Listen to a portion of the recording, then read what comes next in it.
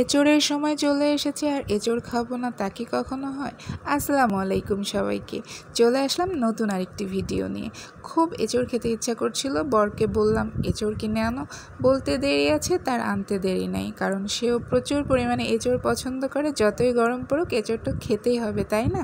তো প্রথমেই আমি এঁচোড়টাকে কেটে কুটে ধুয়ে নিয়েছি। এটা কাটতে কিন্তু বিশাল ঝামেলা, আমার প্রচুর ঝামেলা লাগে। অবশ্য বর আমাকে সাহায্য করেছিল। তারপর আমি নারকেলের দুধ দিয়ে রান্না করব, সেটাও রেডি করে নিলাম। তারপর কড়াইতে খানিকটা তেল দিয়ে তার মধ্যে আদা আর রসুন থেতো করা সেটা ভেজে নিলাম। তার মধ্যে দিয়ে দিলাম পেঁয়াজ। তো পেঁয়াজ আর রসুন আদা এটা আমি ভালো করে ভেজে নিব। তার মধ্যে একটু কাঁচা ঝালও দিয়েছিলাম, ঝালের গুঁড়োও দিলাম। তারপর ধনিয়া গুঁড়ো দিয়ে এটাকে সামান্য নারকেলের দুধ দিয়ে এটাকে আমি একটু কষা কষা করে নেব। তারপর দিয়ে দিলাম জিরা বাটা। তার মধ্যে আমি বাগদা চিংড়ি দিয়ে এটা রান্না করব, তো বেশ অনেক কয়টাই চিংড়ি আমি নিয়ে নিয়েছি। এটা ভালো করে কষিয়ে নিব এর মধ্যে অল্প অল্প নারকেল দুধ দিয়ে। তো এটাকে ভালো করে নেড়ে চেড়ে আমি অনেকক্ষণ ধরে কষিয়ে নিয়েছি। নেওয়ার পরে ভুলে গিয়েছিলাম লবণ হলুদ দেওয়ার কথা, তারপর সেটাও দিয়ে দিলাম। তো এটাকে ভালো করে কষানো হয়ে গেলে আমি এর মধ্যে এঁচোড়গুলো দিয়ে দিব। তো এঁচোড়গুলো দেওয়ার পরেও এটাকে আমি বেশ সুন্দর করে অনেকক্ষণ ধরে কষাবো, একদম লো আঁচে।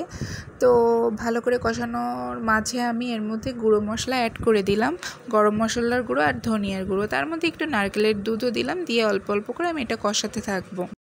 এমনি সময়ে আমি গুঁড়ো মশলা খুবই কম ইউজ করি, কিন্তু এখন আমি গুঁড়ো মশলা ইউজ করছি কারণ আমার গরমে বাটাবাটি করতে খুবই কষ্ট হচ্ছে। তো বাকি নারকেলের দুধটুকু আমি দিয়ে দিব। আমি এর মধ্যে একদমই পানি দিব না, কারণ আমার কষাতে কষাতে ম্যাক্সিমাম এঁচোড়টুকুই সেদ্ধ হয়ে গেছে।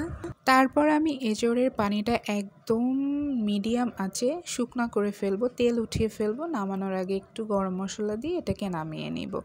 তো তারপরে এই যে দেখেন খেতে চলে আসলাম। এটা কিন্তু আলহামদুলিল্লাহ অনেক মজা হয়েছিল। আপনারা সবাই ট্রাই করবেন। কে কে খেয়েছেন এবছরে এঁচোড় রান্না?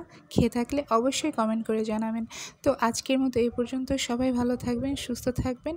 আর আমার ভিডিওটি ভালো লাগলে অবশ্যই লাইক কমেন্ট করে যাবেন। আমার জন্য সবাই দোয়া করবেন। আল্লাহ হাফেজ।